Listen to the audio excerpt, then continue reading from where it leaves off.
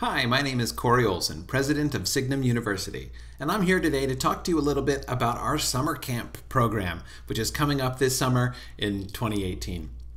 So I know that most of you probably know who we are already, but just in case you haven't really heard of us or don't know of us, Signum University is a new nonprofit online university which really specializes in fantasy and science fiction literature. We have one degree program, which is our master's degree in language and literature. You can learn more about our program here on our website, signumuniversity.org. We also, however, have had from the beginning a real commitment to free public education programs, and you can see more about those programs on our affiliated website, the Mythgard Institute, which is really our research and education center, as you see, for speculative literature, meaning again fantasy and science fiction primarily. And so you can see all the different programs that we do, a lot of them involving Tolkien, which is my personal specialty, but many other authors and works as well. Well, last year we launched our first summer camp program. Because we were really excited to extend our free public programming to kids. We hadn't really done much with the younger generation, and are really excited to provide an opportunity for kids to get into and discuss some of these books that have meant so much to us, over the years. And I have to say also, as a father of two children in the middle school and early high school years, I know how valuable really good summer fun summer learning opportunities are for parents.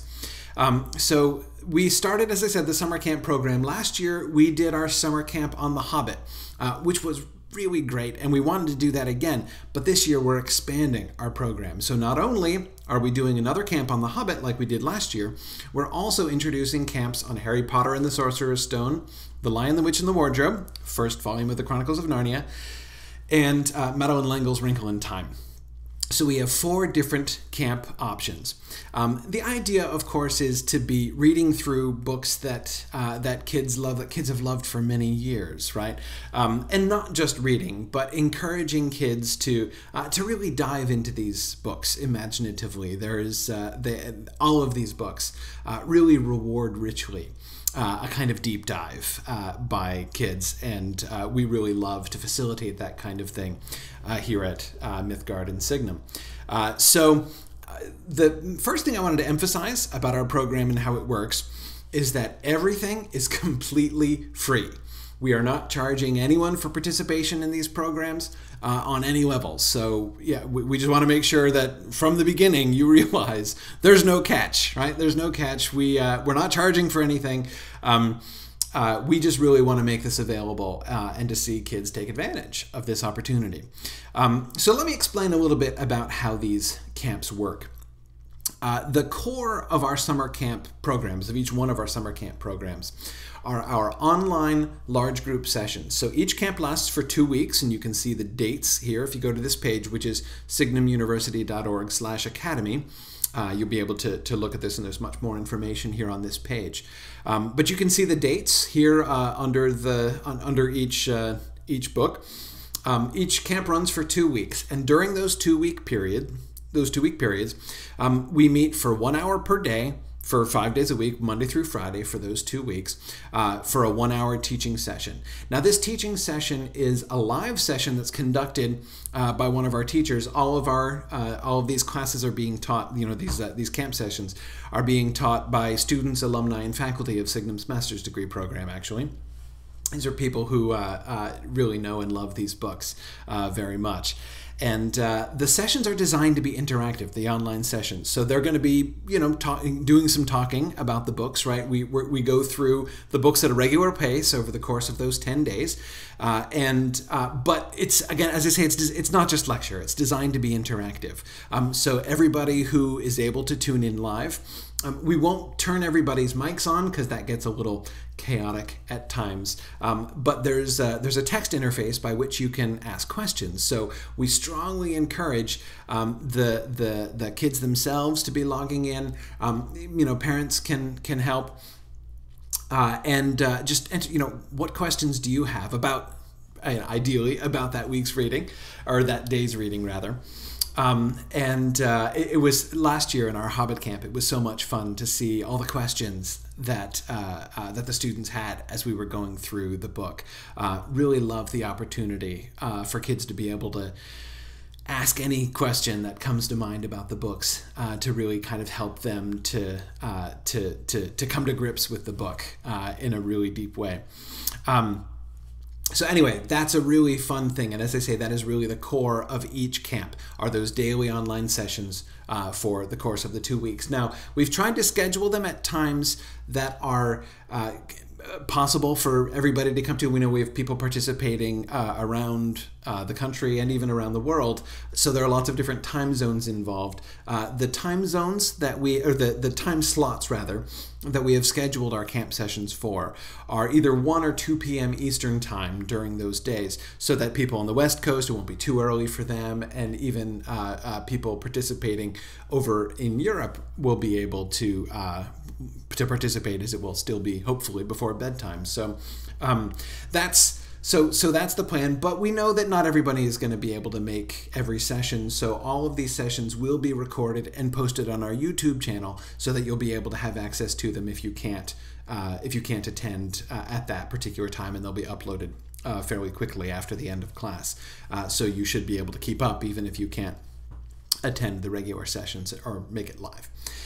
Now, these online sessions are great fun, but we wanted also to make the camp even more immersive. The easiest thing for us would have been just to do that, right? I mean, this is the primary thing that we do. Signum really specializes in doing these kinds of interactive class sessions online, so that people from all around the world can come together and talk about this stuff and engage in these things together.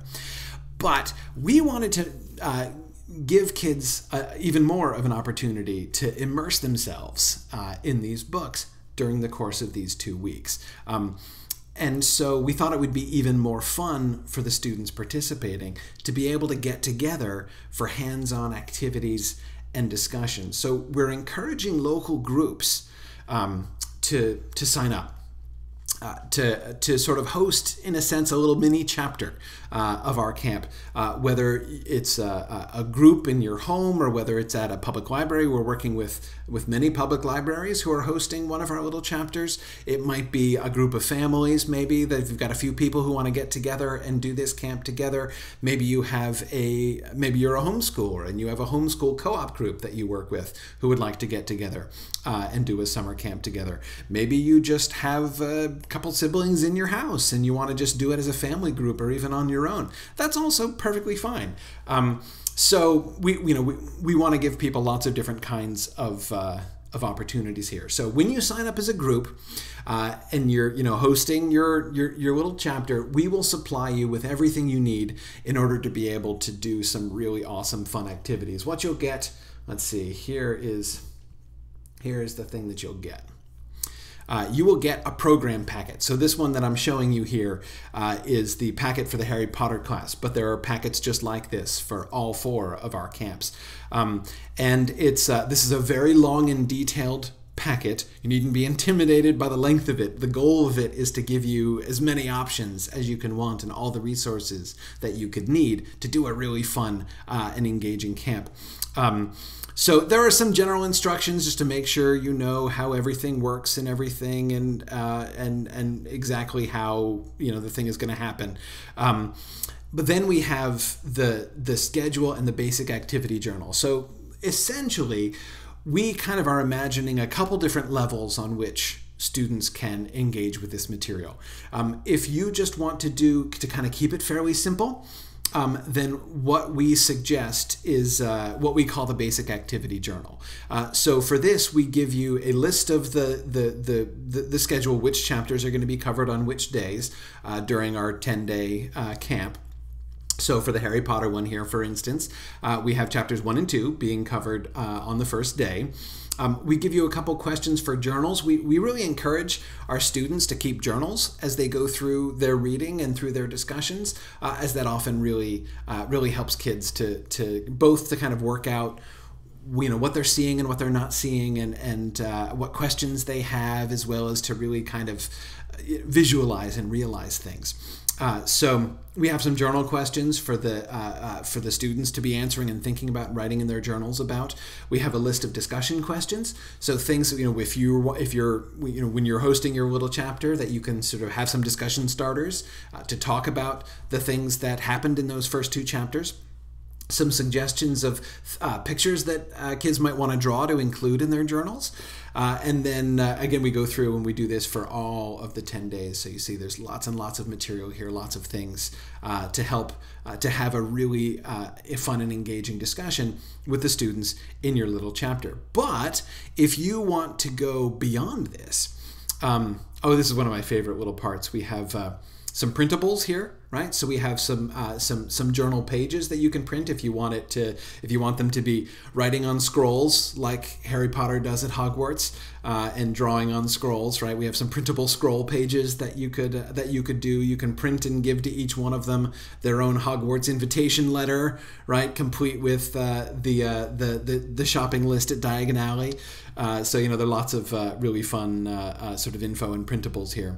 But in addition to this, we also have an entire large set, and there's a lot. It's about 30 pages of materials here, of different activities that you can do. Some bigger. These are the activities spanning the entire program. So if you want to kind of dig a little deeper and encourage kids to do a little bit more, there are a bunch of different ideas that you can draw from to have kids do. They can keep this more creative kind of diary. Have them write their own diary about imagining their time at Hogwarts with some guidelines about things that they can talk about. They can be making scenes and depicting stuff. They can be working through and making lists. They can be writing maps and writing alternative diaries and doing 3D models, and there's even instructions for brewing their own potions and stuff. There are printable galleon sickles and knuts for being able to do some imaginary shopping in Diagon Alley. There are games to be printed that they can do, sort of more physical games that they can run around and do, like pinning the tail on Dudley, which is one of my favorites in this packet, as well as sorting themselves into houses, and they can make their own Hogwarts house tie and all these different kinds of things. So there are many different games and activities and mazes and projects and things and obviously we don't expect everyone's going to do all of these things. This packet is as large as it is in order to give people as much choice as possible. We want you to know that we are supplying you with everything that you could possibly need to make this a really, really memorable experience for your kids. And you're very, very welcome to pick and choose any of these things. Some of them require additional resources, like, for some of them you've got to buy supplies and things. But there are many that you can do, on no budget whatsoever. It's really up to you to pick and choose and do not only whatever you want to do, but whatever you think is going to be most fun for your kids. So there's certainly something for everyone, and things that I think that all of the kids who are reading the books and participating in the camps will really enjoy. Now, just as you guys who are hosting your little chapters can choose, which activities you do and how much time you spend in discussion and things like that. It's flexible and up to you sort of how often you participate as well. So for instance, you might choose, if you've got the time and the availability for the kids to be around a lot, you could choose to do a really high impact version of this camp. So for instance, here's what a really high impact version would look like. Maybe you get together each day, during the 2 week camps. Get together today of course they have to do their reading first, right? But then after they've done their reading, you get together and you have discussion. Use those little discussion starter questions to have them talk through the chapters that you discussed. And of course, during that, many questions will come up, right, that they might want to ask the teacher. Then watch the live session together. You can put it up on a TV. They can watch it around a screen together. They could watch it on separate laptops at the same time. Watch the class together as a group. Then you guys can ask some of the questions that you came up with during your discussion time before that, right? And then after the class is over, you can do some of the fun activities, right? And then of course they also have time at home to work on their journals and draw pictures and work on projects and other things. And you can end up with a really awesome, intensive 2-week immersion experience in this book. That's, as I said, that's kind of a, you know, the high impact version of this camp for kids who are really into it. And, you know, if you've got the opportunity to be able to do that much hosting, whether it's at your house or at your local library or wherever it is being physically located. But it's also possible, of course, to do more casual versions. Maybe you don't have that much time, so maybe each of the campers in your own little chapter watch the live classes themselves at home, right? And you just come together, you know, maybe 3 times a week instead of 5 times a week, you know, to have some discussion, maybe work on some of those, select ones of the projects or games or something like that. And, you know, lots of options in between. It really, again, is flexible. We want to provide the opportunity for you to kind of get into this as much as you want to. And to do as much as you can in order to help to make this an awesome experience. But again, we fully support it, and we provide you all the materials so you don't have to make any of that stuff up. We've already provided all that for you. You're just providing the place for kids to get together, helping to facilitate games and discussions and activities and stuff like that. And then, of course, watching our online classes together. So that's the concept behind our camp program, and I hope you can see why I'm so excited about this. I love the idea of kids being able to have this kind of experience, an experience which I think can really be a life-changing experience for kids as they not only with their relationship with these particular books, but their relationship with reading in general. It's something that can be really, really transformative. Now, one question that a lot of people ask is, how is it that we can afford to do all this for free? Like, a lot of people, when they're talking with us about our camps, I can sense people, you know, kind of being like, so where's the catch exactly, right? There's a catch here somewhere, isn't there? No, there's not a catch. It really is all for free. But the answer to the question, how can we afford to do it all for free, is we kind of can't. At least that is not, we do need some help for that. Signum is a non-profit, largely crowd-funded institution. And of course, we do accept donations from people who have participated in our free programs and really enjoy that. And certainly we would welcome any donations anyone wanted to make. If you really enjoy the program, then, you know, that's awesome. But in addition, we're also applying for grants to support our summer camps. There's been a lot of enthusiasm about this program, and I think as we move forward, we're going to be gaining more and more financial support to help us to expand this. We've got big plans for what we'd like to do as we move forward. But as you might know, especially if maybe you work at a library and have some experience with nonprofit funding and things, in order to fill out our applications for grants, we need data. They kind of insist on asking us for data, things like how many students participate in your program, and what on what level are they engaged, and like what states do they live in, and things like that. We need to be able to answer those questions in order to be able to demonstrate all of the things that we're doing with our camps, in order to convince them to help to fund us and to help us to perpetuate and expand our program. So, the way that we run these camps, we're kind of putting our stuff out there and, making everything available. But without your help, we don't know who's participating. We're not going to really have enough information to be able to show, fund granting bodies what we're really accomplishing. So here is if there's a catch, this is the one catch. That is the one thing that we do need. The primary way that you can help us is just to fill in our forms, just to give us some information, some basic information about who's participating and how, right? So there are two primary forms that we have for this. One is our Academy Camp Summer Registration. You can find links to this form on this page. That's where this page, this Register Your Group link goes to, is to the Academy Summer Camp registration page. So if you want to host a group, if you're doing again any of those kinds, whether you're working with a public library, whether you're working as a homeschool co-op or just in private families, just tell us some basic information about where you're located and contact information and stuff, which camps you're going to do, and it's just a very simple form.